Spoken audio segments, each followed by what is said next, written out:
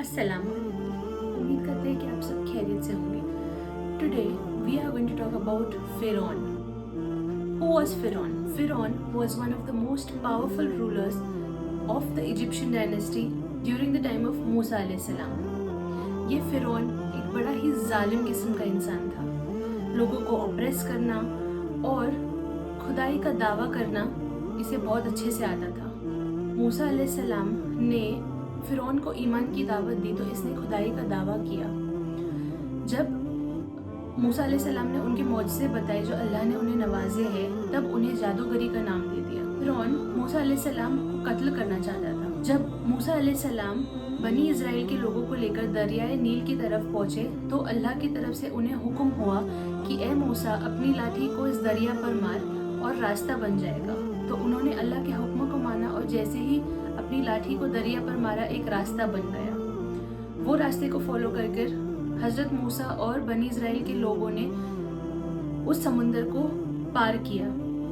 ये देखकर फिरौन ने भी अपने लश्कर के साथ वही रूट फॉलो किया और जब मूसा अलैहिस्सलाम समुंदर के दूसरे किनारे पहुंच गए, तब अल्लाह के हुक्म से अल्लाह का हुक्म आया कि ए मूसा, वापस से अपनी लाठी पर मार, और वापस से समुंदर एक हो गया। इस वजह से फिरौन और उसके लश्कर की डूबकर मौत हो गई।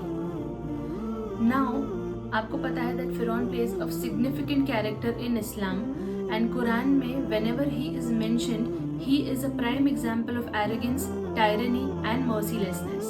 Pharaoh was mummified.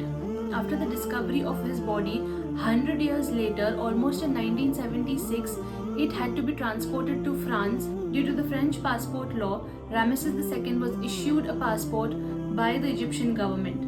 By the way, this was the first ever passport issued to a dead person. After almost 100 years of his discovered body as a mummy, this mummified body had to be sent to France because it was having a decay, as there was a development of fungi in the mummy of Ramesses II. What does the Quran say about the pharaoh? It is mentioned in Surah Yunus.